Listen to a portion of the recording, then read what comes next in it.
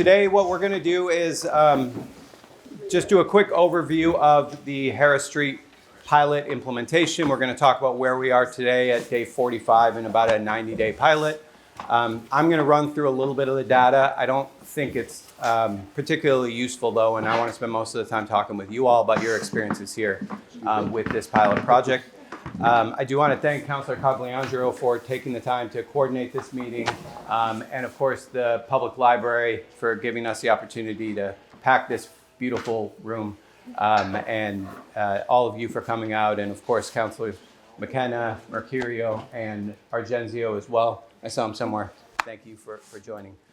So I'm going to run through a quick set of slides, and then I want to talk with you all. So if you could hold your questions till the end. Just a quick history of why we're here and why we're doing this. I get a lot of these conversations. People are asking me, how this all got started.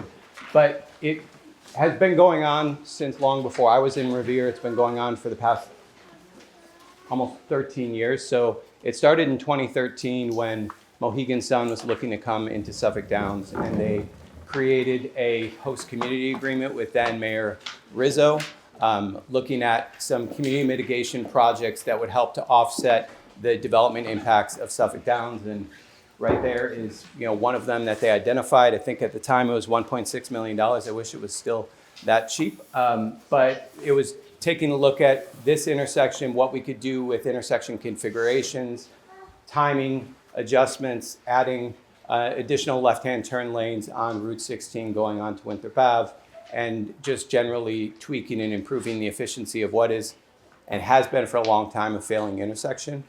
And then in 2018 and 2019, HYM came in to create what was called a development advisory group that worked with the Beachmont neighborhood and other city residents, city officials, and stakeholders to put together a list of mitigation strategies that then became part of a package that in 2019 and 2020 was the part of HYM's filing to the state for their permitting. It's called MEPA, the Massachusetts Environmental Protection Act.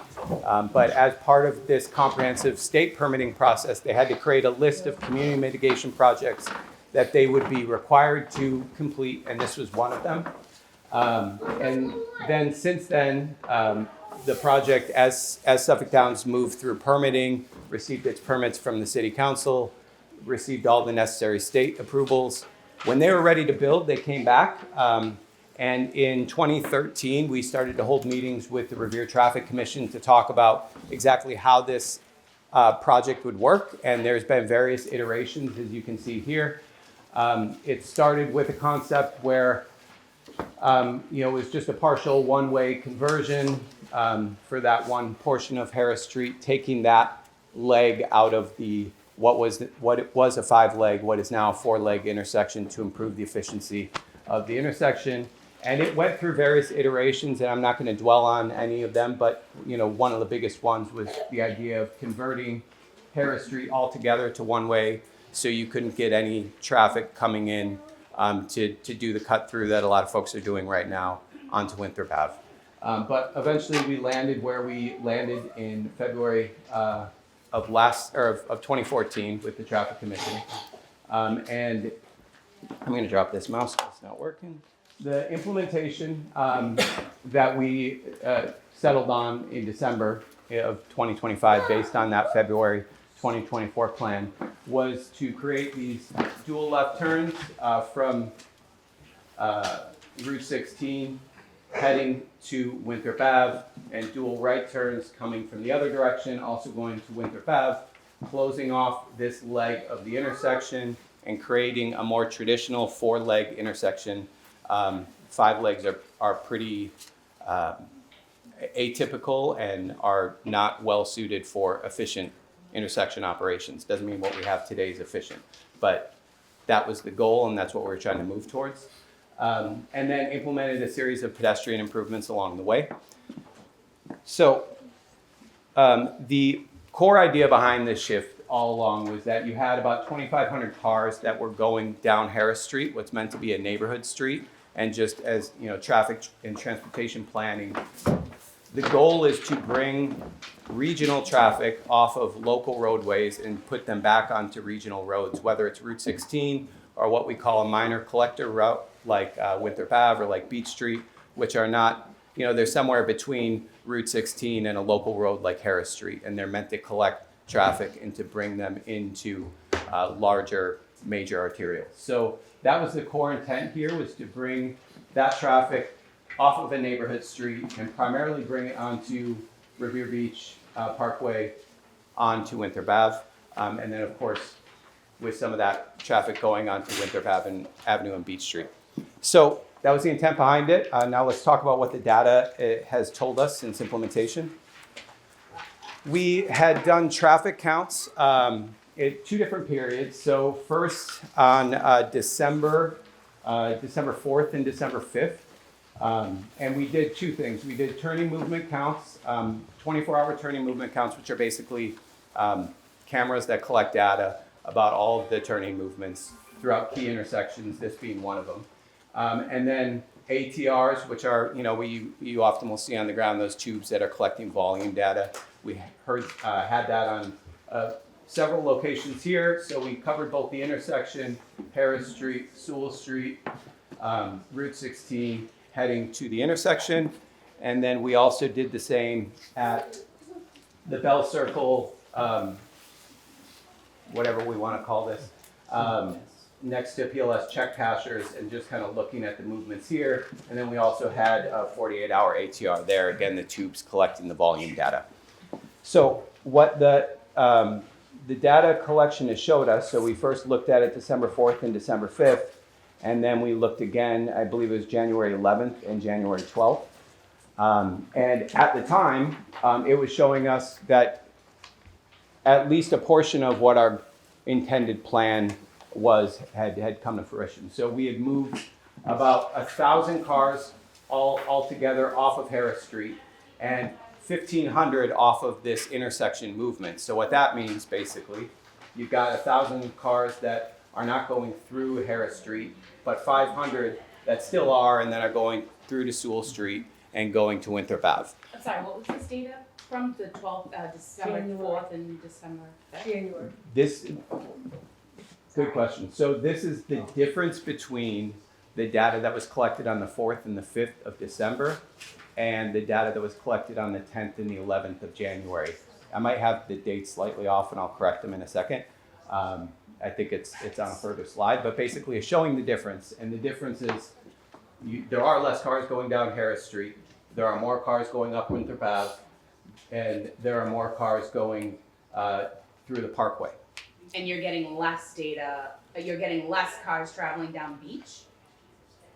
No, there's 240 additional cars heading this way. I see, okay. But on net, I'm going to talk about why the data is a little bit funny and why I want to hear more from you. No, it's all right. I appreciate the clarifying questions, because the data can be confusing. It's even more confusing when it was collected and what happened 2 weeks after it was collected. I'll get to that, but I appreciate the questions. And so just, in sum, the changes you could see here, it's basically what I talked about, but you'll also see here, there were actually changes throughout, reductions in volume, and we think that might be due to seasonal fluctuation. So this wasn't quite December, Christmas break time, but it was right after that, and traffic's still kind of funny at that point. And so the first thing I sort of realized looking at this data is, yes, we are moving traffic off of Harris Street, but I'm not sure beyond that how much stock I really want to put in the data we collected here, and we need to collect additional data in the coming weeks. And we already had planned to do it in March, but I think we need to have an earlier set of collections because there's just something off about the data, and I'm struck by that Groucho Marx quote, which is, are you going to believe me, or are you going to believe your lying eyes? And I've sat in the traffic on Winthrop Ave. I've sat in the traffic on Beach Street. Like, I get it. I get why you all are, why I suspect many of you are here.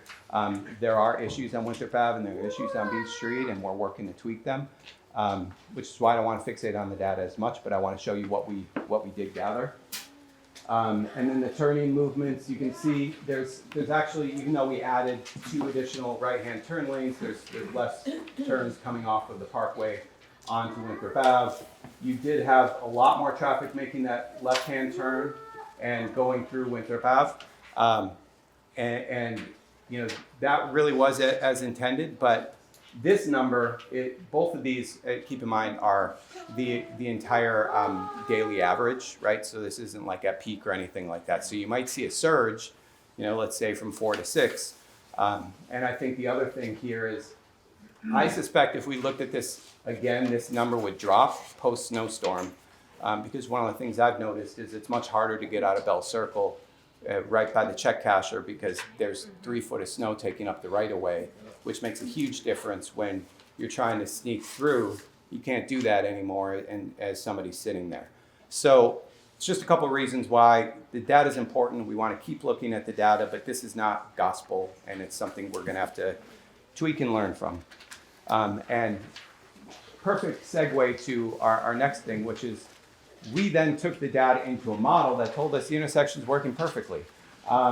So I will say, one thing I can say with utmost confidence, and I'll walk through what the data means here.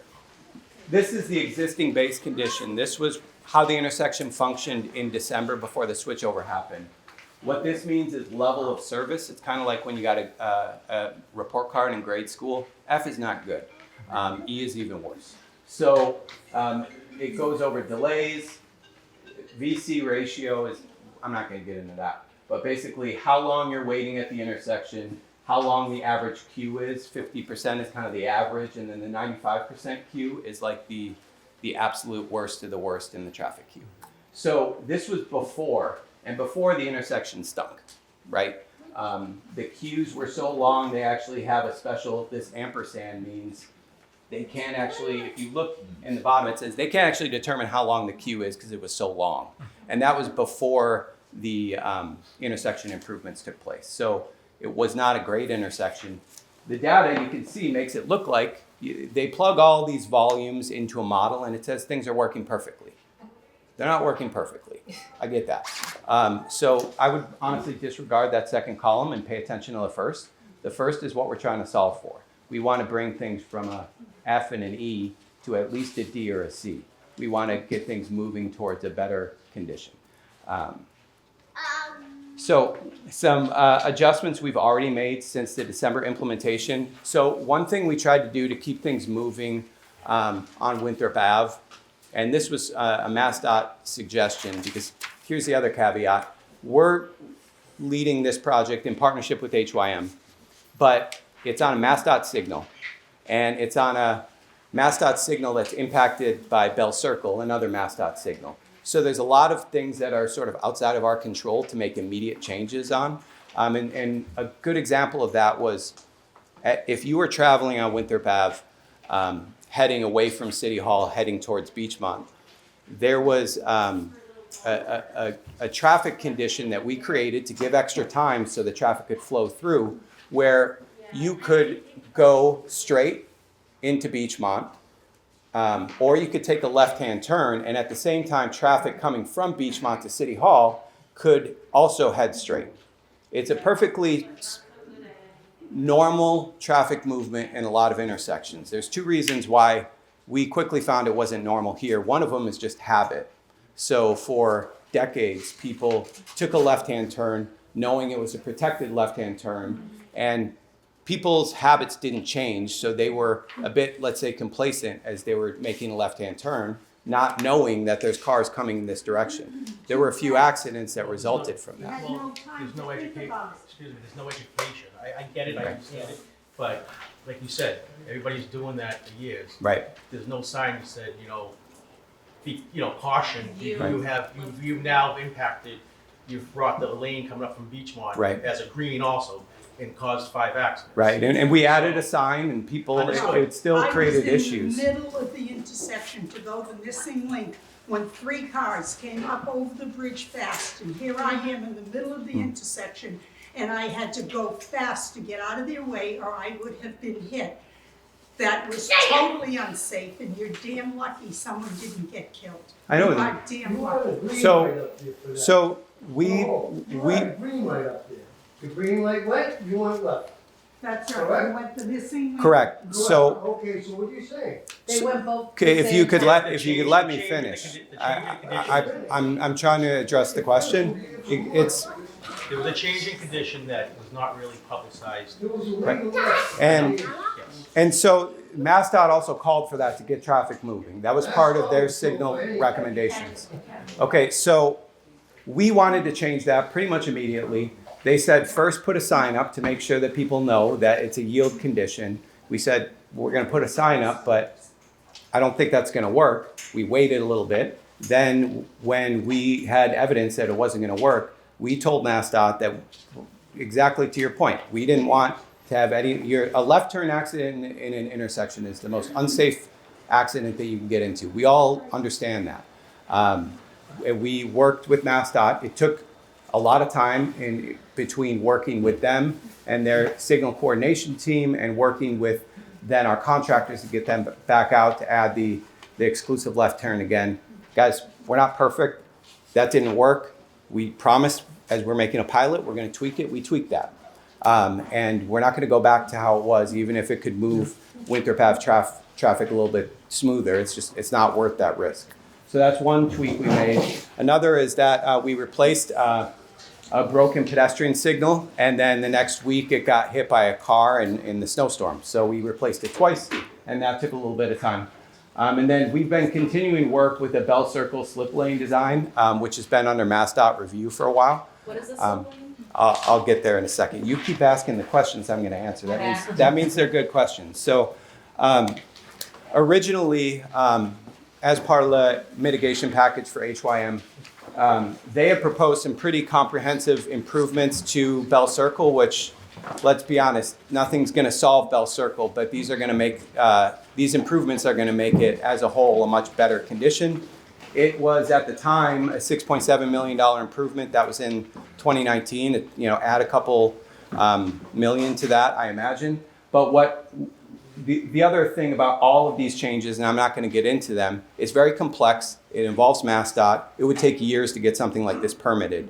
So instead, and this was off of the Traffic Commission's recommendation, we decided to just look at this one particular area, and this is what's called a slip lane quarry. So we fast-tracked this for design to basically, I think we recognize one of the big challenges at Bell Circle is that there's people that are trying to go this way onto whether 1A or on a Route 16, and then there's people here, if they're not aggressive drivers, they're just kind of hanging out and they're terrified, and rightfully so. It's not a fun place to be, but they're trying to figure out when they can enter, and it holds everybody else up. So creating this slip lane will help expedite traffic that's trying to use that double left turn lane, so there aren't so many cars on Beach Street and so many cars on Winthrop Ave. But it's in permitting right now with MassDOT. Our goal is to start construction in the spring and have that wrapped up in the fall. I'd like it done quicker than that. It's a pretty simple project. The biggest hang up right now is that this property owner is not really a fan of what we're doing because it makes it more difficult to get into their property. So we're working with them to try to find a solution that can maintain this access, and we have one. It's just figuring out with the property owner exactly what we need to do. But we think this will really help create kind of a pressure release valve to help things flow a little bit faster. And then upcoming short-term adjustments. I think a big thing is we need to work with MassDOT to tweak their signal. And basically we need to recalibrate it with updated data. So MassDOT's collecting data every single day. We collect data, on 3 different occasions for this project. They collect it literally every single day, but trying to get access to the data, it's like a lockbox, and they have they have some oversight that can make it difficult for us to kind of get direct feedback from them when we need it. But we are going to basically complement their data with eyes on the ground, which we've already been doing for the last 2 weeks, just driving around this intersection a stupid amount of times. I can't tell you how many times. Can I add something to that Yes. for you guys? What's missing in this whole data is, I just came here, I came down Revere Street because I wanted to verify a couple things I was talking with Jimmy about. turned on to the park, the highway coming down by Rutland Marsh School. Mhm. The first set of signs, overhead signs, which are MassDOT signs, says nothing about Route 16 east now, being able to Right. make that turn. Agreed. Okay? It still Agreed. just says west. Yep. Okay? You get down to Subway, Subtime in the Dunkin' Donuts area at the bottom of Harris Hill. Brand new signs that just went up. Yeah. 16 west, nothing about east. Yeah. So there's no education. That's what's missing here is the education of the motorists coming into Bell Circle. Yep. Everybody's still thinking that they have to go down onto Beach Street, Harris Street, and go down, and then all of a sudden you're seeing numbers of 500 and 800 cars going onto Sewall Street. Right. Then you go through, then I went through the Bell Circle, knowing, I got 55 years down that neighborhood. You make the turn to go to the west. There is absolutely no signage that says 16 east. Right. I love that. I've said it for years that there should always be a left-hand turn going down the beach front. I love it. I agree with it. With that, but that data is skewed because there is no signage or education for those people coming in. They're still going down, thinking that they can go to the light at Harris Street to go up and then take the left at Beachmont. So I agree. and then they're forced to go down into Sewell Street. I think those numbers will In drop. Butler. In Butler, sorry. Into the neighborhood. I think that if the signage got put up and the education was there, some enforcement, you'll see those numbers drop. Yeah, I agree. But I think that for the next 45 days of what you're gonna do, Yep. something has to be done with that. No, it's great. It's a great suggestion. I think about that every time I'm at that left turn Yeah. because I'm at that left turn alone usually. Yeah. Maybe there's 2 or 3 cars behind me. Meanwhile, I can see all the Winthrop Avenue traffic backing up, and I already passed through it on Beach Street. And it's like, why aren't people doing this? I think- Signage is a big I think component. that- and that's not even on there. Yep. And I No, think that has to be on. no, it's a great suggestion. And And enforcement for a little bit. Yeah. Yeah. Same area, but a little further. I've been on Sewell Street since 1965. And when I always come out to go the missing link, you guys have taken out the separation between the cars coming from Bell Circle and going the missing link so that you can accommodate your 2 lanes. The first day after you changed it back that we could safely take a left turn, because I stopped doing that. I was afraid of getting killed. yeah, I'm like, where's the missing link? I'm used to going around the divider. Someone is going to turn into the wrong lane, heading towards Bell Circle instead of coming out, because I had now realized I've got to go way out into the intersection to take that left turn. There's nothing there to say this is the missing link, as it's been called for 100 years. Someone's going to turn into the wrong lane. I don't know who planned this, but boy, I'm 81 years old and you should hire me, let me tell you. Well, I'll tell you what else I'm doing, and then we'll get to suggestions. So I already mentioned we're gonna. So Bell Circle's not ours, but we're gonna try to target snow removal so we can get traffic moving through Beach Street, and then we're exploring additional long-term design tweaks, whether neck downs at Harris Street, which is basically just at the base. Adding some signs are important. They're not enough. I put about 30 signs out saying "Do not enter," and people still kept entering. So there needs to be a longer term. If we move forward here, a design long-term solution that looks nice and isn't just traffic barrels. So we know that. Maybe a bus lane relocation at Beach Street, working with the MBTA as you're closing up on the Bell Circle approach, shifting that back, and then maybe giving a little bit more lanes for the traffic volume to flow through.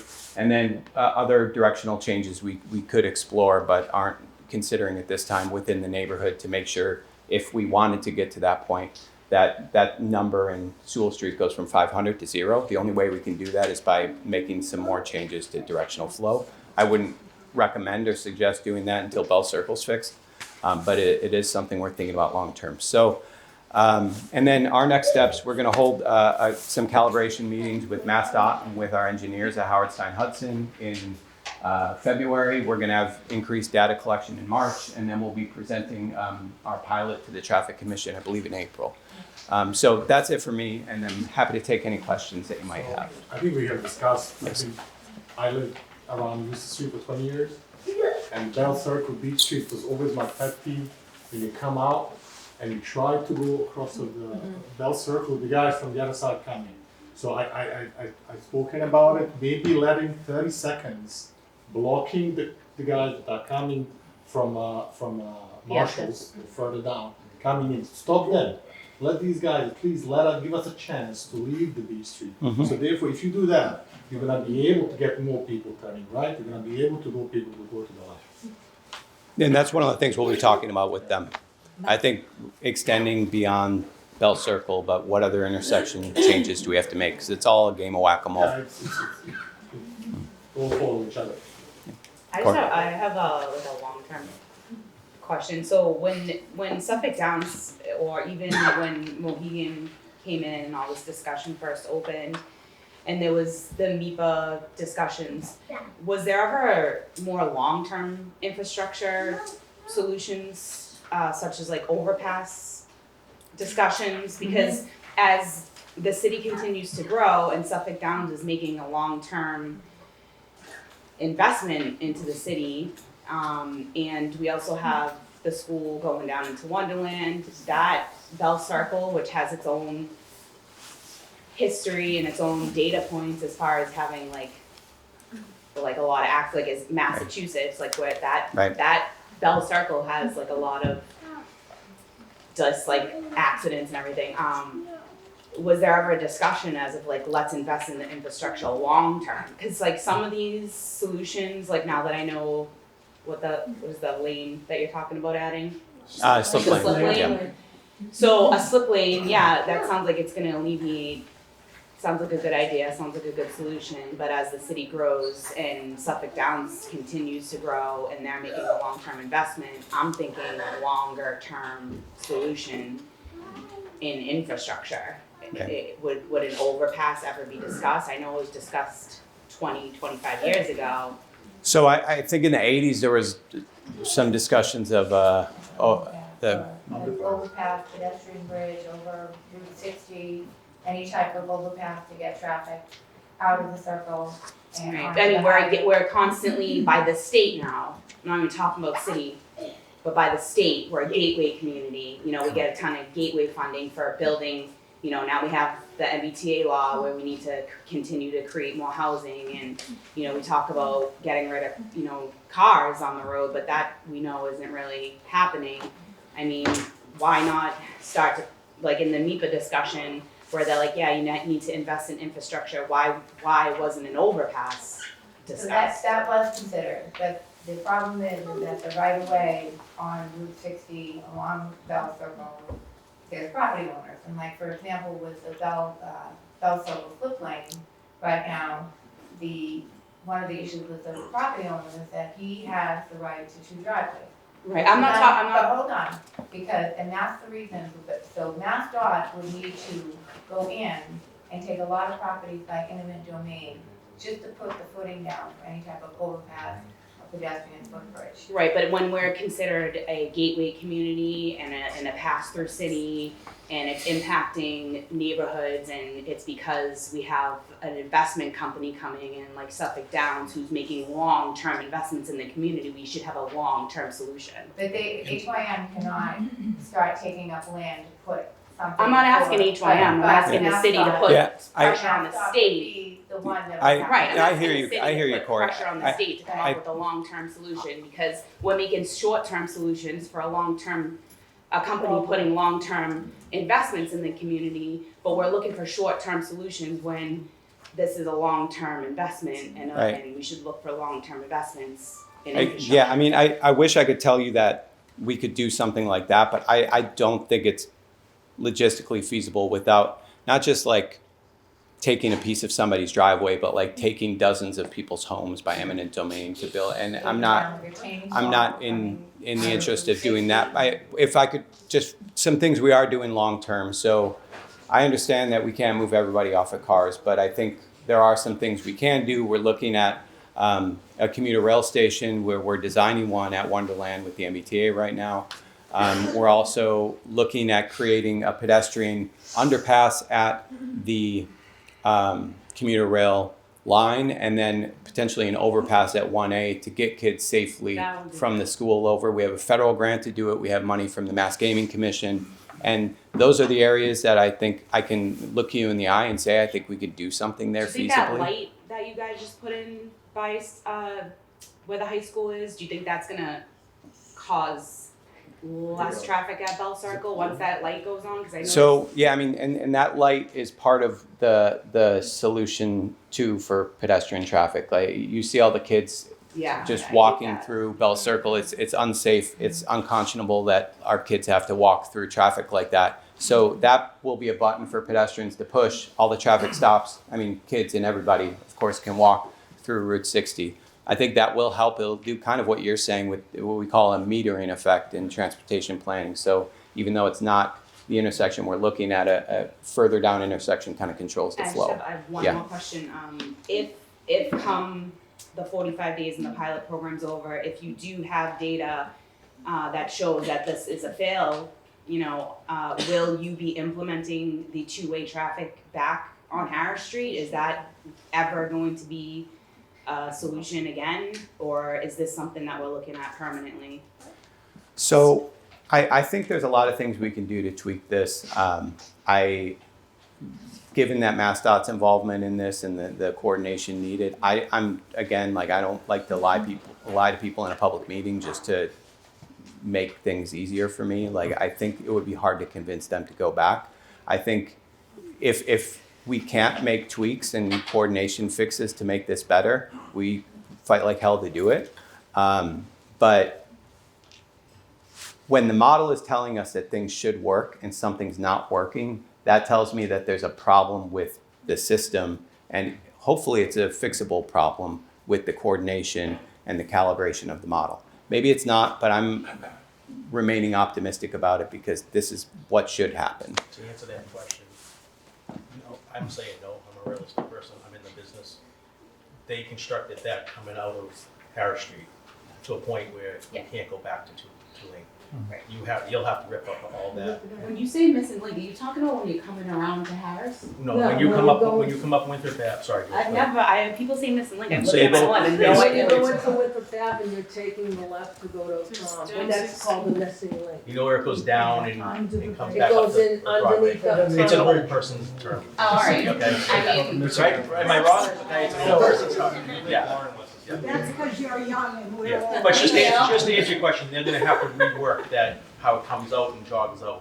Yeah, You're not gonna be able to. I think that there's a 'cause decent.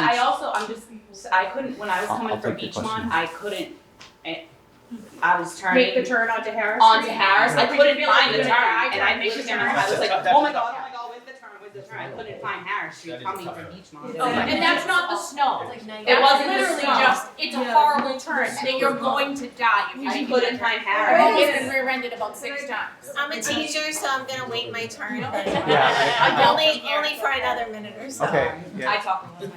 I just wanted to say, as someone, I don't commute. I teach at the Wayland School. I live near the Immaculate School. I don't care about commuters going to 16. I don't care about commuters going up Route 1. I care about my neighborhood. Amen. And I just want to know how you can justify continuing to use the Elm and Sewell and Bixby and Butler neighborhood as a basic scapegoat Yeah. to alleviate traffic problems that should not be falling on us. Elm and Sewell are not designed to put up with this volume of traffic. But Butler, Bixby, it was gonna happen, and how did nobody realize how negatively this was gonna impact our lives? Right, so our original plan was to have no traffic coming down Harris Street, period, and keep it all on Beach Street and Winthrop Ave, which are designed to accommodate Then put the as do not- collector then roads. put the do not enter sign. Right. Right, But once But- someone gets to the intersection to turn onto Sewell, they're not gonna turn around and go all the way back up Harris Street. understood. No, you know where Um, they turn? They turn in my driveway that you can fit 4 cars in. I And live I have 2 on, small children, I live on and they the turn, corner. they come to that area right there and turn on Sewall. My house is on the corner. And they get frustrated that now they can't go up. Right. And what do? They slam on the gas and go all the way down to her stop sign without pressing the brakes I'm at once. the corner of Elm and Sewell, so all of the flow traffic coming from Harris Street And I down got two small Sewell, kids. they automatically wanna turn up Elm to get to the Winthrop Street light, Yeah. which now backs up traffic Right. all the way Causes down safety. past my driveway and Right. all the way up. Yep. I don't understand how nobody thought that that was gonna happen, Well, or cared, or maybe they didn't care, no, I don't know. we cared, and we do Honestly. care. The original plan was to switch the direction here so cars could not go in, period, but that was not well received. So But you we, can't send them down Beach either, because now people can't even get into their homes on Beach. it queues back up, I understand that, so, all the way up to past Central Street. Past Central Ave. Literally, It goes right to Broadway. all the way It's a in. nice I don't want to get such more traffic to go. And now that's I hear you. on East Mountain Ave. The same issue as Winthrop Ave, the traffic goes all the way to Immaculate. Yeah. And It never was like and that then it's before, gridlock at that intersection because Right. everyone's trying to get down Winthrop Ave, they're blocking it. So if there was an emergency, someone would die because an ambulance or a fire Can't get engine would through. never be able to get through. Yeah, and then the next thing is we live right across where Old McMacken is. You guys are putting a field there with 20 angle parking. Yeah. What? There's no way Actually, they you can know do what, that's a great point, because Because obviously this is the future. You guys obviously this isn't going to be any data. This won't I be hear in you. any data. Do you know what I mean? Because Yeah. you guys will be long done with it. Right. Because this project won't be done for what, a year? No, So yeah. And I so just- they're putting angle spots, but then you can still park in front of our houses. And now you got two-way traffic. Everyone just trying to get out. right.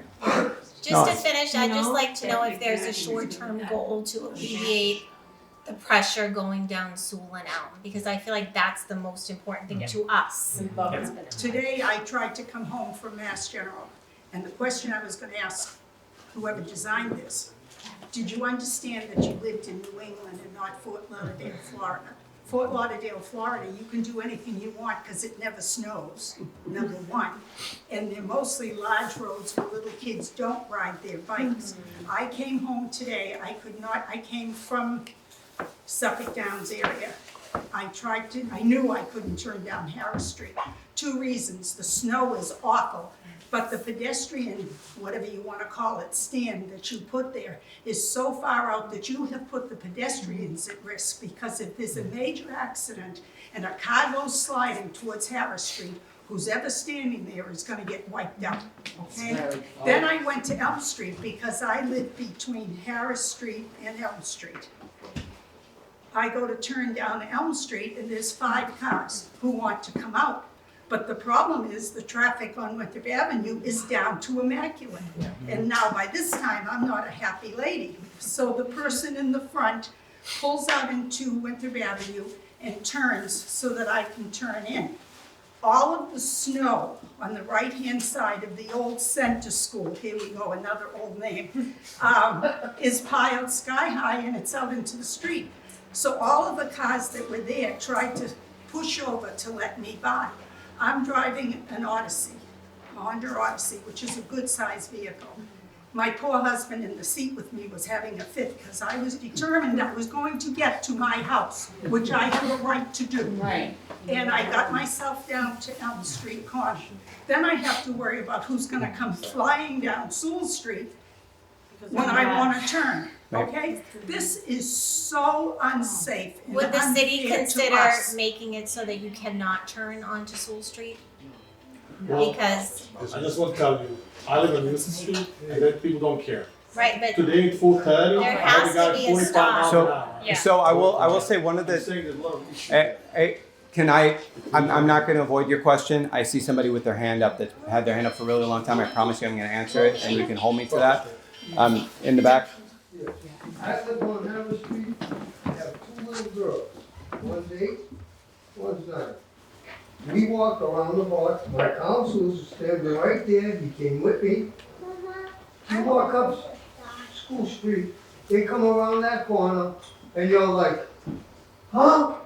They're looking at you like you're wrong. And there's There's no no sidewalk. sidewalks there, There's no there's no sidewalks. nothing there, and you got them all coming down, going up. Now you come down School Street. You take your first left to go up to what's the Parkway? 25 cars coming this way, they might let one car out.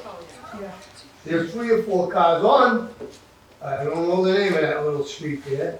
And then you let that one go. Then you wait another 10 minutes. Here goes another car that they might let go. Then here comes 4 coming from Beachmont that won't let you out. Then you did it. It's just like, I asked for 3 years, 4 years, do me a favor. They put up a couple of stop signs, I said, put a couple of speed bumps on. You can't do that. Why? Emergency apparatus. Sewell. Emergency apparatus, you got a blockade down there now, and they can't take a left. So what do we do?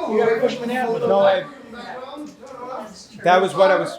As far as Mass, DOT, they're gonna tell you whatever they wanna take, because they don't want the headaches on their road. So Harris Street's our road, and we can make changes to Harris Street. We can make changes to Sewell Street, and actually that was one of the things I was going to suggest. That's a pretty easy short-term fix. Even we just purchased some removable speed humps that we can put on the road. The city picked them up. Well, I took them down, they were working fine, the city come by, they picked them up. I don't know what to tell you, but Tell me that my kids ain't gonna get killed over I think the issue is that. Guarantee it. That's why the city Guarantee has. it. So I think the problem is if every Problem is, put it back the way it was. okay. So I can control what I can control here, and in the short term, I think we can do something to place city sanctioned speed humps, removable ones that we can tweak as needed on Harris Street and on Sewell Street. I think that's an easy tweak that we can do. I don't know if we can do it immediately They're due to the still weather. gonna come down. And I'm not correct. I think the longer term fix is changing the configuration of that road, which would also allow us more right of way to build sidewalks. But a tension that I'm facing here is that, as we saw with Harris Street, when you cut Harris Street traffic off, it creates impacts on Beach Street and on Winthrop Ave. So there is a conflict here where we could remove traffic altogether from this neighborhood and add more traffic on Beach Street and Harris Street, or on Beach Street and Winthrop Ave. What I can tell you is that when the slip lane comes in on Bell Circle, and it's a heck of a lot easier to take that left-hand turn from, it's called the missing link, onto Winthrop Ave, I think it would be easier to make that conversion, and that's at least what I would like to do. I think that's something that needs further design and further discussion, and we need to look at the data. In the short term, that's what we can do, and I think that's an easy thing that we Don't can we do. think Bumps those on things should have been done Harris. before?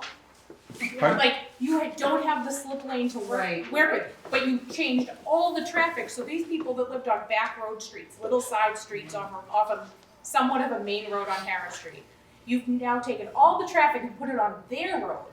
But you don't even know when this slip lane's gonna be done, or when it's gonna be started. You're hoping that they okay it. Well, we You've have, made traffic horrible for all different people. Yeah. I mean, I don't live on Harris Street, I live off the beach on the other side, on Thurlow, Jim, and Carey Ave, those streets. And I can't get to my house, I have to drive down Broadway Revere and go down East Mountain Ave and up the back way so that I can get to my house. And I'm not even in this mix. And people are turning around in the pediatric. I'm sorry, somebody has patiently had her hand up for a while, yeah. Another teacher. I thought you were together, sorry. I'm a resident of Butler Street. Would you keep hearing me yell Butler Street? Yeah, I got the message. There's no data. Because there's a lot of unintended consequences that you're hearing from everyone. And Butler Street is suffering from that because people aren't waiting to go to Sewell. They're racing down Butler. What my question is, when you do collect data, what data points are you collecting? Are you also collecting it on the unintended consequences, like people cutting up poor John Mooney Road, people coming down Eustace Street the wrong way, which I've heard of. I have friends that live there. We're all suffering, but are you collecting data on that as well? Are you collecting the data on the cars racing down Butler? So I'm collecting data right now by talking to everybody here, and when we look at this again, we can add new data collection points, and I get the point on Butler Street, and we can add that as well. Butler Street is the narrowest of them all. Indeed, It is so narrow. my When you grandchildren push play all there. this junk down there. I hear you. If I could take another, It's you're, finally, in some way, shape, or form, let us know what data points you're collecting. Yep. You know? Well, I mean, so I did that before. Okay, then So I'm these were afraid the I areas missed that we collected Okay. thus far. So Sewell, But they don't go into Paris. the Let us, Sixteen. let Yeah. us Like collect East it. Mountain They go into Prairie. the bigger Yep. area. No, I hear you. Yeah. Yes. So It I- needs to Yeah, it just has to be all of the neighborhoods because they're all feeling Yep. the overflow. Thank I hear you.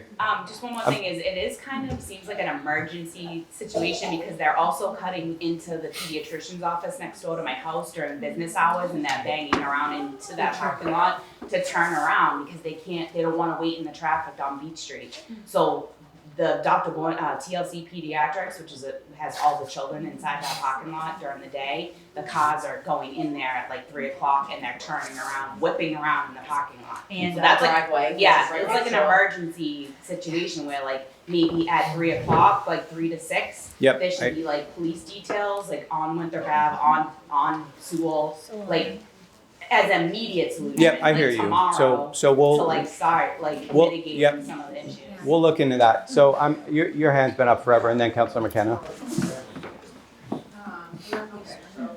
Just reiterate back to Harris Street, I've been in the city for over 60 years. Also, without any of this data stuff, just visualize. You can see once you change Harris Street into a one-way, that's when the problem began.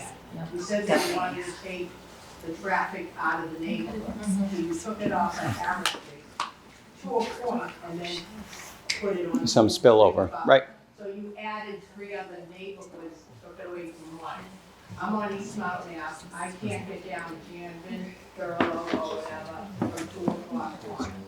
Okay, so when they said that they were gonna make this a temporary, trial for 90 days, we'll see if it works. Now you're saying that you'll probably never go back from that. Why? I don't understand that, because it's a trial and it's not working. It is not working. It's a parking lot. And we don't need any numbers or data or whatever. All you need is somebody to stand out there, like you said, 2 to 6. Yep. And that is all the information you need. Right. So what I'm saying is, I think there are things that it being a test, we could still change a lot of things. It doesn't have to be the way it is right now. And I'm correct, but there are things you can change. Yeah, put it That- back, maybe. That is one of, We didn't have right. as big of a problem as we do now, when it was a two-way. I mean, I take my granddaughter to Garfield School from East Mountain Ave. I gotta leave at 7 to get her there, but 8. Nobody will let you up. Can't go down Harris Street anymore. And like you said, I gotta go around Bell Circle, and that's a cluster, because you can't get out to even veer off to the right. I did try to go all the way down Broadway one time, thought I was gonna cheat the system. Down Broadway, went all the way to the ice rink, the Riviera, and went up that way, yeah. And you missed dinner, you missed breakfast, lunch, and In 60 years that I've been driving the city, I've never, ever had such a problem. Yep. You went to school last year, I never had a problem with the Harris Street being both ways, you took it off of Harris. And the best part is where the Jersey barrier is, there's no houses there, so the cars are still going through the neighborhood. They're And still they're going up starting there on for Harris too. Street. We can go down Harris Street all the way to Sewell Street. Right. There's no more houses after Sewell Street, so what did they accomplish So- by taking it out of the neighborhood and putting it through the neighborhood? So again, the original goal was not to have any traffic in that area, but there was an outcry, and we kept that access for that purpose. It's still something we could consider. The reason that stretch is not to remove that two-way traffic from that stretch. It's to remove a 5-leg intersection, make it a 4-leg intersection, which theoretically should run a lot more efficient. I understand it doesn't. Where's the outcry I hear you all loud and clear. Yeah, It was back from the So- Broadway to take the right on that street, whatever that biggie, that thing that they have. Yeah, guys, I'm People are wiping out on. so I understand that things aren't working the way they should. It doesn't even look right. I understand that things are not working the way they should. I've admitted as much. I live on Before you Harris leave the Street, I'd room, rather can you deal with explain what your Oh my original God, model was it's not showing, working. like how this was going to work? Yep. And this was the model that took into account the traffic volumes that we're looking at Yeah. and said, well, if these are what the volumes are, then we should see improvements across the board. I mean, every single intersection movement should have an improvement, but for one. It obviously is not. I'm not trying to tell you all that. So I'm just trying to say that this is how it's supposed to be. There are some tweaks that might improve it. If it doesn't, we're going to fix it. And I can commit to all of you on that. I can also tell you that MassDOT is a third party that makes it more complicated. They should Okay. Are they gonna So- be at the meeting, the next meeting? We can work on that. Councilman Kennis had her hand up for a while. So I would like to say that I've always said, hire a neighborhood person that lives in the neighborhood to do traffic studies instead of spending $300,000 to hire someone that doesn't live in the city. The thing is that what I'm hearing tonight is not working. What you're doing is you're creating, you're creating, you know, not a good quality of life for people that live in the neighborhood. It's just, if the data, you know, sometimes the data doesn't work. That's It what I'm really telling you. I doesn't. agree. Yeah. Can I we agree. hear your possible ideas for moving forward, what you think would But what, can I just finish? be a fix? I think what you should do is bring some of these neighbors into your meetings Yes. for them to, not people that are gonna shout, people that can talk normally and have them give you insight because they live in the neighborhood. Have a subcommittee with neighbors to come in with MassDOT, sit down with MassDOT and the city and try to figure out what we We should can have do ward to make councilors it. involved too, because we drive through Ward- these streets every single day. Yes, so I think you should have a subcommittee with these people. Some of these people, maybe 5 people that can come in and give you, you know, some good data about what's working, what's not working for them, because they live there. I live in Beachmont, all right, but they live in this, you know, community that's getting inundated with traffic and they can't go anywhere. And quality of life is being subjected. Yeah, I hear you. I mean, this is all helpful feedback. I want to continue to get not just, I know I focused on the data because that's what the pilot was supposed to commit to doing. This is as important data collection, talking with all of you. I don't want to stop it here. I will say, like, I hear things on Facebook and on social media and what have you. Doesn't always come directly to us, and I don't use that stuff because I think it's breaking our brains, but and making us hate each other and fight over everything. I will put my phone number and my email at the end. I'm happy to talk with any of you, and I've spoken with some people who weren't able to make it tonight, and I get that things aren't perfect. If I haven't made that crystal clear, I'm going to make that case again. I understand that things are not working the way they should, and I'm committing to try to fix it, but I need to hear constructive, helpful feedback, and I'm more than willing to have those conversations with And the other folks. thing too, everybody can sign in because some of the things that the feedback we're hearing from you. So there are people on Harris Street that are happy that there's less traffic on their roadway. There's people here on Sewall that are happy that there's less traffic. That traffic is now making its way onto those other streets. So if you make sure you put your street address on the sign-in sheet, it'll kind of give us a better idea of those pockets of areas where people are having trouble getting in and out of. And if areas. you So that'll be key. when Sign you that in. yeah, when you sign up, we'll send an email to the group as well. And if people want to have more of, let's call it like a focus group conversation where it's hard to come to solutions with 50 people in the room. But I think in a smaller group setting, if you want to commit the time, I'm willing to have those conversations. Gentlemen in the back, you've had your hand up for a while. A couple things to share. Like, like an action, some decide to take right on Harris. There's such an awkward turn. I think they didn't realize where it was when they took the switch, so they had hit the brakes. Thought rear end, unfortunately, they car got a lot of damage. They went to that. Still bad enough. So it's always an accident that happens with it now. The other thing is a pedestrian overpass possible for the kids coming from the new school, or is that gonna just be that light there? Is that completely ruled out? It's not completely ruled out, and I think we've got a lot of right of way, obviously, on the other side of the street with the existing high school campus. We'd have to sort through sort of the middle points is where it gets complicated. Chaos traffic wise, it's already bad. as it is. Yeah. The light change every 3 seconds, you know how kids are. Yeah. So that's something we're exploring as a long-term thing, but in the short term, we wanted to make it safe for kids to cross the street. Yep. Every action has a consequence. Yes. Okay. Sorry, I wasn't looking to my right. Apologies to the Ward 4 Councilor. I don't represent this area, but I was on the Traffic Commission in 2002 to 2003 when this was discussed. And I'm just curious, while the neighborhood's here, I had looked at Harris Street and I had made the suggestion that the one-way, do not enter from Beach Street. And I heard that the neighborhood was dead set against that. But by doing that, you would have a private neighborhood down there. There'd be no reason to go down Harris, Sewall, Elm, Library, unless you lived there. So I was just curious as to why there was such opposition to do not enter Reddington Street. I don't live on Harris Street, but I can tell you that coming from work, it takes me almost 35 minutes to get from the Wayland School to my house near Immaculate. I can't imagine having to sit in either the Beach or Winthrop traffic to get to Harris Street. So how do you get there now?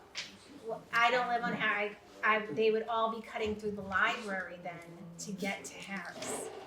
So they would be going down Library Street around. You're not going to sit in Beach Street or Harris. People that live on Harris. It's a pretty long street. But in terms of volume, it would be pretty low volume It would be the movement. possible outcome, but it would again add to the cut-through traffic on Library, Elm, Butler. Thank you. Oh, you were just saying Butler again. Okay. I just have two quick questions. Just very quick, that chart that you had on there, the graphic, can we get that, because that's not in this pamphlet. This one? Yeah. Oh, yeah, of course. I want to just reiterate what this young lady said. You have a couple of major changes coming up in that Winthrop Ave, Elm Street, the park. Yep. Glad it's getting fixed and everything. And you grew up there, president of the league is here, he's here. The one thing I don't know if you're thinking about is that, yeah, you're gonna have angled parking, but it's not gonna be that much angled parking. Right. We all grew up, and the people that are on Elm Street and Sewell Street, everybody parked along where Revere Boxing is, and down into our neighborhoods, all the way down to John's house, all the way down the street to Harris Street, parked on both And sides that of the was street. a no parking sign. And there was no parking signs, and the players, the parents, always parked there, and you're gonna end up having that again. Not to the point, I don't know how many events you're gonna have, I know it was all baseball, we're not talking about, but you have a multi-use fields now. Yep.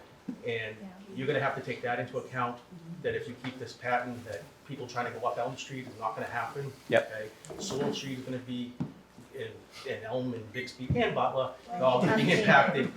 And also, those streets are a mess down there because of gas line work, all that work. Eventually, you guys, I think there's more drainage work gonna happen down there. Yep. Down there, John. So you're gonna have major infrastructure and refixing those streets while it's diverting 850 cars back onto Sewell Street. Yep.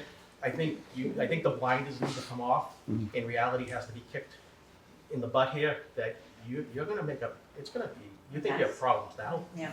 You're gonna have bigger Plus the problems. summer months. Like I said, I'm happy that field is gonna be used again by kids and everything, but you're creating more of some problems. Yeah, I think you gotta think about that. And the Understood. construction didn't even start yet to put the angle parking and all that stuff. Let's not forget that Elm and Winthrop is in one corner. Mhm. Whoa, oh gosh, yes. And Butler. No, actually, not one driveway. That was very good. So I want to touch on something Julie said. She said that some people on Harris and Sewell are experiencing relief, and I want to remind everybody what happened when we changed Sigourney and Derby. We changed the directions of those streets, they experienced relief, but it was a nightmare for the surrounding streets, and now we are experiencing that nightmare times 3. Yeah. Beach Street on both sides, Butler, Eustis, Sewell, Elm, Bixby, all of them. And then you go up the other way, Janvin, Thurlow, Cary, Payson, East Mountain Ave. Everyone is trying to fight to use all these streets as a cut through now. And Councilor Argenzio can tell you, I've been against this since he was still the chair of the traffic commission. My question is, did we make these changes because MassDOT was already changing that intersection? Or was this collaborative? So, I mean, it's been talked about for 13 years now in Revere mitigation work related to Suffolk Downs. So, and this predates HYM's involvement, but just this was taken as an opportunity to fix intersections that, understood, it's worse today, I get that. But it was bad before, and there was an effort to improve the efficiency of that intersection. It's not working right now. But that's why they talked about it in 2013, in 2018, in 2019, in 2020, in 2023. It's been discussed for a long time, not in response to HYM, but because it is an intersection that needed to be fixed. I'm sure MassDOT played a role. I wasn't here at that time. In the permitting process, I'm sure they inserted themselves and wanted to fix this intersection as well. And what thought was given to the two houses that live after Sewell Street on Harris Street? Because there's two houses there. Where's Bobby? Bobby, how many cars go up the do not enter and go to the intersection with no lights? I bet you 50 cents says there's a car there right now. How's this one? During the storm, you can see the guy's hood. Yeah. The guy hit, pulled out the roadblock. I mean, they are in the final storm. So, I know, and I wanna let everyone know that we try to, the council tries to contact MassDOT, DCR, all the state agencies, because this city is riddled with state roads and DCR controlled areas. They are so difficult to get a hold of and so difficult to work with. That's why I would like to be involved in these meetings, or residents, the council, they need to hear from us. They don't live here. I'm not coming to Utah, but MassDOT does not, they don't send people here from here. They don't care about the neighborhoods. They look at a bunch of numbers and say, yeah, this will be good. So we need to change this back. We need to put pressure on MassDOT somehow. We'll get the mayor involved, state rep, senator, whatever it is. We need to put this back the way it was. I agree. So thank you. And they pay for it. I'm sorry, in the back? Yeah, the turn, keep the turn to There's people. like two good things that She's been waiting for a while. I have two items of constructive feedback. One is, I hope that when you're recalibrating the light, you consider how long people have to go from Beach to Winthrop over down to Revere Beach Parkway towards Beachmont. Because we sometimes will sit in that light for like 7 cycles, and like 2 cars get to go straight. Like I actually thought it was an error. It goes for like 5 seconds at a time, so you can go straight across the road. So I would love to see that change. And also, in the recent snowstorm, the sidewalks along Revere Beach Parkway were not dealt with at all, which means that people don't have the option of even walking to the blue line, walking to these places. You have to be in their cars, which then leads to more traffic. And not everyone has that anyway. So I think we're disadvantaging ourselves by not making it easier to like get the route to the other side. And if we can get, whether it's the city or state or whoever can handle the sidewalks, then we can also just get people back. Yeah, Councilor McKenna can answer the sidewalk one on. No, I can answer both okay, of them. yeah. So, well, the sidewalks, when we put an ordinance, Jessica, Janino and I put an ordinance that you have to remove snow within 12 But it's hours. along the parkway. I think it's in the city. Yeah, but they have city, It's state responsibility. It's still Yeah. state. yes, can we make the state do it? That's what You have no idea the fight we have with Mass DOT, DCR, National Grid is the worst. But you have no idea the fight we have. We just asked National Grid to come up 2 weeks ago and talk about lights and double poles. Lights that are out, double poles, street lights that are missing for 4 months. It's just like sometimes it would be faster for me to walk. And they didn't come. They didn't come. Are you in transit-oriented development by any chance? Because the MBTA Act, just, they would want to clean up, for people to use the MBTA to get to work. The city council just put a motion into MassDOT to request them to fix all their and plow and remove snow from all their sidewalks in DCR. It is a challenge that a lot of our roads are state-owned, state-maintained, and not by us. But the first one about the signal, that's what I'm talking about with recalibration. It's not working. we can fix it. I'm not sure if we can fix it to everyone's liking, but we can make it better, and we'll see how things operate once we do. Where they made that new thing, right now, me, I'm always coming from the beach, taking the right onto Harris. They made it like a square. So you gotta actually come almost to a stop to make a right to go down Harris Street. It's like 90 degrees. It's very It's sharp. actually past 90 degrees. So Yeah, how There's no way. so the goal of that was it's primarily for neighborhood traffic, exclusively really for neighborhood traffic, because if traffic can't get in because it's so sharp. yeah, So it's such a hazard I hear even you. trying to get in. I hear you. Yeah. First off, thank you for holding this meeting, and thank you for taking all the bullets without a bulletproof vest. I have a couple points. I think this gentleman made a couple points early that we do need to have more signage so that people are educated on the correct method of traffic. So without that, people are Yep. going to go up and down the streets and not know where they're going. So the traffic or the data points that you have are going to be skewed. So Right. that needs to happen first. Agreed. You need to put in more data points so that we can actually pick up on things, because you said it a minute ago.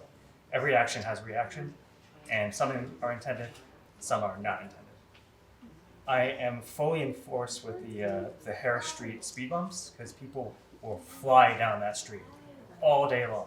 Yeah, the stop signs don't do anything. Stop signs are completely ineffective for sure. Yeah. I will say that there has been less traffic through Harris Street. I will give you that. But the traffic that does go through does now take a right onto Sewall. I now know how to say that. It's not Sewall. Sewall Street and onto Elm.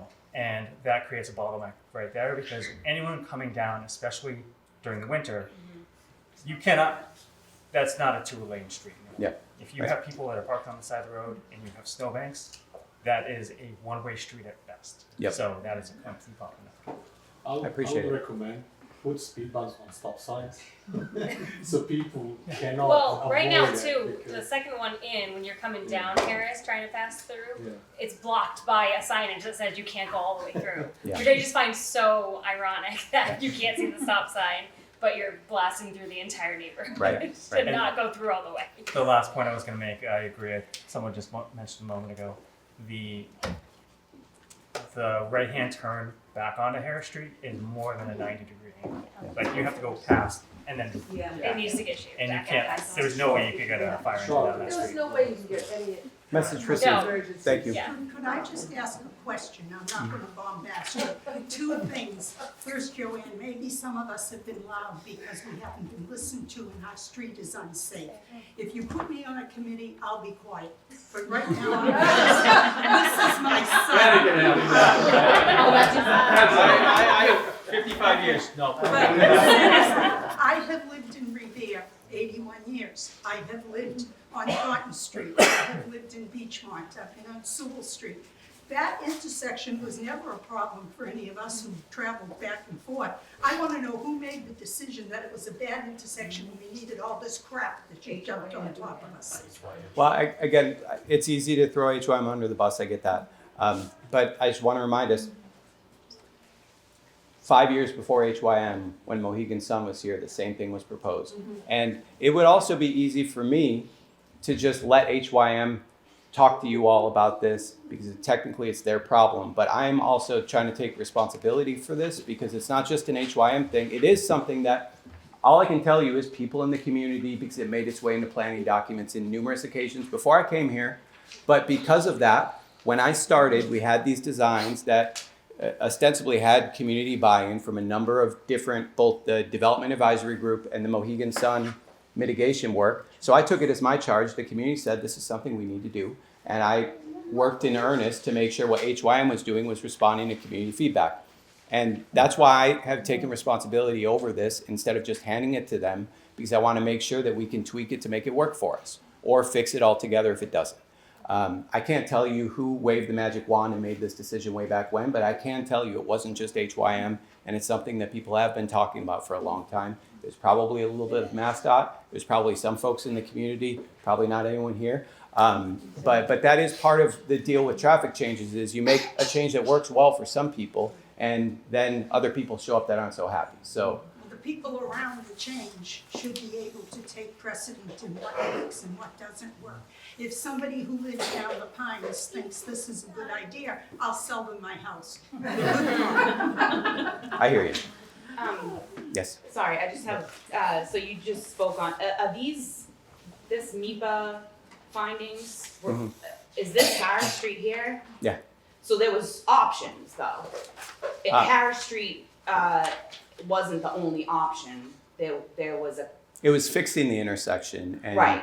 you take any traffic engineer to look at a weird 5-legged intersection like this, their first recommendation would be make it 4-legged.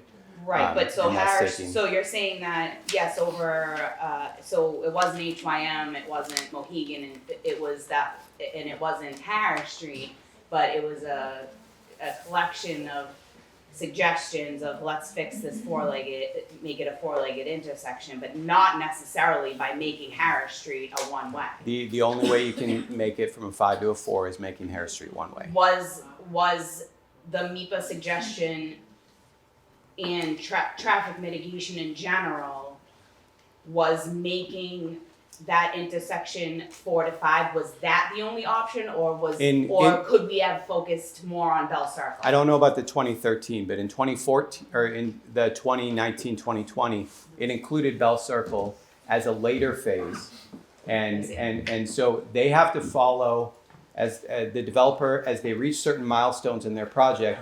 In order to get to the next milestone, they need to complete a certain set of projects. Bell Circle is later on because it's such a massive project. So they didn't just say Harris Street intersection. There were design plans that showed exactly more or less what you're looking at, except how much of Harris Street we turn one way is different. That was part of the plan. It wasn't just written in a table.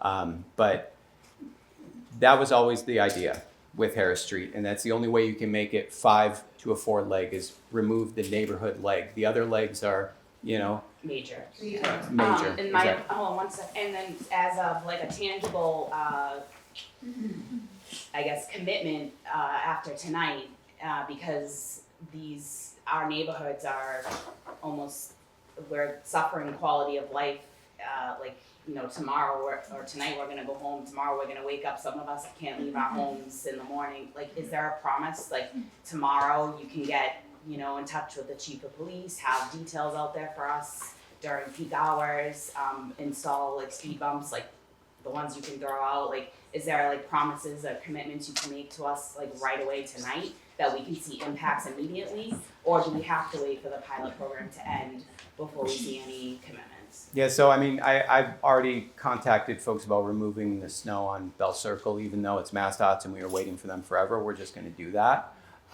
That should happen within the week. The speed humps, the only reason I can't say we're gonna do it tomorrow is because of the weather, and there might just be particular weather conditions. I'm not the installer of the speed humps, that would be a DPW thing, but I'll certainly direct them to do it as soon as it's feasible.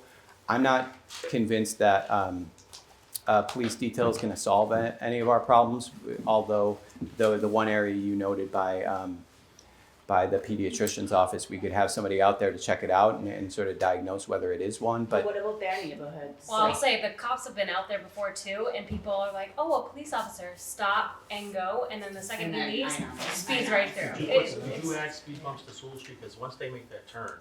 Oh yeah, it would be the same. And Butler. And I just say, I made a big difference in Wilshire Street, because all I was telling police, just stay there for 2 days. Just show up on Wilshire Street. But during hide the rush somewhere. hour. You can use our driveway. We will just turn them off by maybe a month. Yeah. And all you have to do is police will show up in the morning, walk in, just sit there, have his coffee, and just sit there, and you will see people coming. Oh, I'm sorry, I didn't know. I know. I see one car come every day. There's this occur every day, and I goes the wrong direction. So I think we just need How much do the speed bumps cost? You have a little speed Couple grand. you ever go to speeds in Long House, do they ever check the speeds? Because I live 4 houses up from that sign, I sit there and watch that sign. 43, 38. I mean, it's wide down that street even now. And then when they take this turn onto School Street, you should see them fly down School Street now. So- it went from Harris now it's onto School Street. And then that's why we'll install speed humps. We can collect that data as well. What do they do? Wait for a little kid to get hit? No, we're trying to do something about it, and I appreciate the feedback. Yes, sir. Hold on. I'm sorry, sir. Where do we go from here? So, like I said before, I think there's some things that in the very short term we can take action on, like speed humps as soon as we can install them. Like working with MassDOT to I know signal coordination doesn't sound like a big thing, but it actually could be a really big thing. I don't think the signals are working, and we might see a big improvement with that. And the snow removal, similarly, I think we could see some big improvements there. I'm happy to get everyone's email and get your feedback, whether you want to be a part of more candid small group conversations about it. I'm happy to entertain those as well. And so we're going to make all the tweaks that we can feasibly make in the next 45 days. We're going to be collecting data in March. We're going to be, and hopefully expanding our data collection zones, including Butler. And we will work with MassDOT as well. They've got a data collection system that we don't have access to on the signals themselves, and we're going to try to get access to that, get all the information in front of us, and we'll have another meeting before we make a decision as to what to do next. And the decision might be to wait a little bit longer, just to be honest, to see if the slip lane can change things. I think it will have a massive impact when that happens. And we're working to get that done as quickly as possible. But in the meantime, we're happy to implement any solutions we can that are reasonable and feasible and cost effective. Yes. Also, when they do this data collections, they do it 24 hours, certain hours. Some numbers at 3 a.m. in the morning is going to be very different than 5 p.m. They are 24-hour. So maybe they adjust the things, so they'll take that into account. So data collection on our own streets, so any roadway that is under the city of Revere jurisdiction. We have speed boards that we put out, and we can keep them out for 10 days, 2 weeks, or however long we want to. And that records data all day long. And we get a chart afterwards, we get a report, it tells us how many cars are going down at this time, how many cars, per hour, what the volume is, what the speeds are. We actually see it in real time. But anything related to MassDOT, it's usually, if that, 48 hours, and it's over a period of a few days. So they may do 2 48-hour shifts, peak travel days, which are now Tuesday to Thursday. Travel patterns have shifted because of the pandemic. And then on the weekend, it's usually a Saturday, because that's usually the busiest day of the weekend days for trips. So that's usually how they collect data. Any type of data collection on their roadways have to have a permit pulled. So if the city says, hey, we want to know how many cars are going through Bell Circle, we have to pull a permit. So, but on our own roadway, we can put the speed data boards out there for as long as you want. So, just a suggestion. When you hold the next meeting, you have all of our email addresses. Can you proactively send us an invite? Yeah, happy to do that. Okay. So Tom, just a quick question. As far as I understand, there's going to be a lot of trucks hauling soil out of the Wonderland site. Mm-hmm. As far as I understand, there's a large amount of trucks and some of it has contaminated soil. Mm-hmm. So will that be coming down into our neighborhood as they transport it? And what's the city's plan in general for all the traffic changes that are going to be resulting from that? I don't believe that the volume of the truck traffic will be enough to have a significant impact on traffic as it is today. You've got to fill those trucks up with soil, and that takes time. And I think, there will be a large volume spread over a long period of time. I don't see it impacting traffic. Because during the school meeting, the building committee meeting, it was said there would be a lot of trucks and it was going to be happening fast. Well, fast in the grand scheme of a school building project, right? but not all at once. And you know, I can certainly confirm that with left field, the OPM, but just I don't think it. You could think of how many trucks there would have to be and how quickly they would have to be filled with soil and shipped out to really have an impact on traffic. I don't see that happening, and I see no reason why the trucks would go through a neighborhood street. And also, a lot of that soil apparently is now contaminated.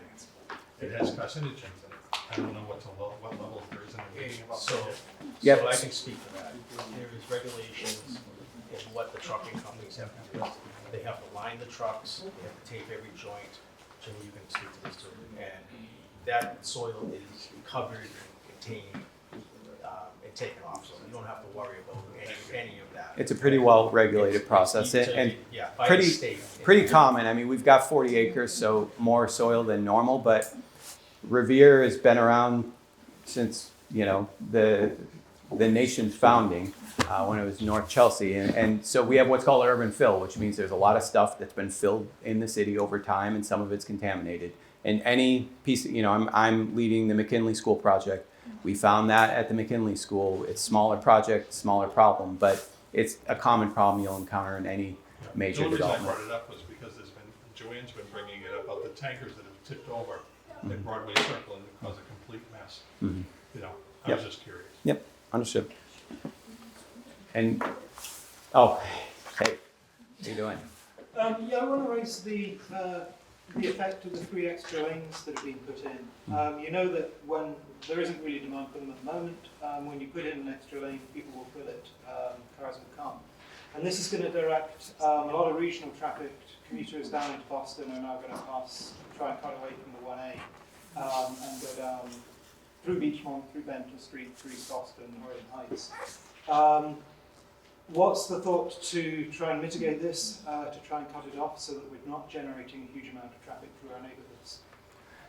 Remember what I said, every traffic change has an equal and opposite reaction somewhere else, so now we're bringing Beachmont into it. But, so I think a few years from now, I'll probably hold a similar meeting, maybe at the Beachmont Yacht Club or somewhere, to talk about the impact that this would have. I mean, I will tell you, David, and not to be glib about it, but it is difficult because these all do have an equal and opposite reaction. The goal of that double left-hand turn is to get people from getting out of this neighborhood, getting out of Beach Street, getting out of Winthrop Ave, but staying on regional roadways. So, you know, going from Winthrop Ave, going to Tomasello, getting on the 1A. I understand one lane for turning, the logic there that I can see, but 2 lanes is really just traffic generation. I think it's a goal to bring regional traffic back on the regional roadways and off of local roadways. But I think there's less of a complication, I feel, in Beachmont where you would. I don't think people would have any reason to drive into Beachmont neighborhoods to get to points Boston. You know, they would stick on some of the major roads. That's a whole different, that's people from Winthrop coming in through the neighborhoods, but that has nothing to do with this. I think the idea was for those 2 lanes, again, I love it, I've said it for years that it should have been there. It was to get the traffic, everybody now, and still there's no signage there, everybody's programmed from Saugus, from Lynn, whoever comes up into Bell Circle, to get to Beachmont to the train station was to go down Harris Street, go up to the light, take the left, go down to Beachmont, okay? Or go to, go down to Beachmont that way. Those lanes now, in reality, with signage and education, they should just be going straight through Bell Circle.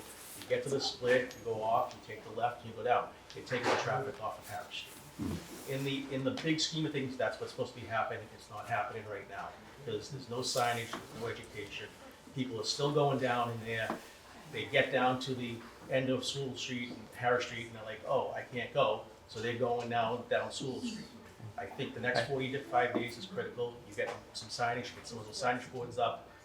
Try to reduce those numbers, and I think I know you'll see the numbers getting better if you do the educational side. And I will say, if this is moving better, you're not waiting at Beach and Winthrop for 15 minutes to get through the intersection. Maybe they're not going to be so cranky when they get to Beachmont and they're going to be cutting through. Maybe they'll drive a little bit slower. They got more time to spare.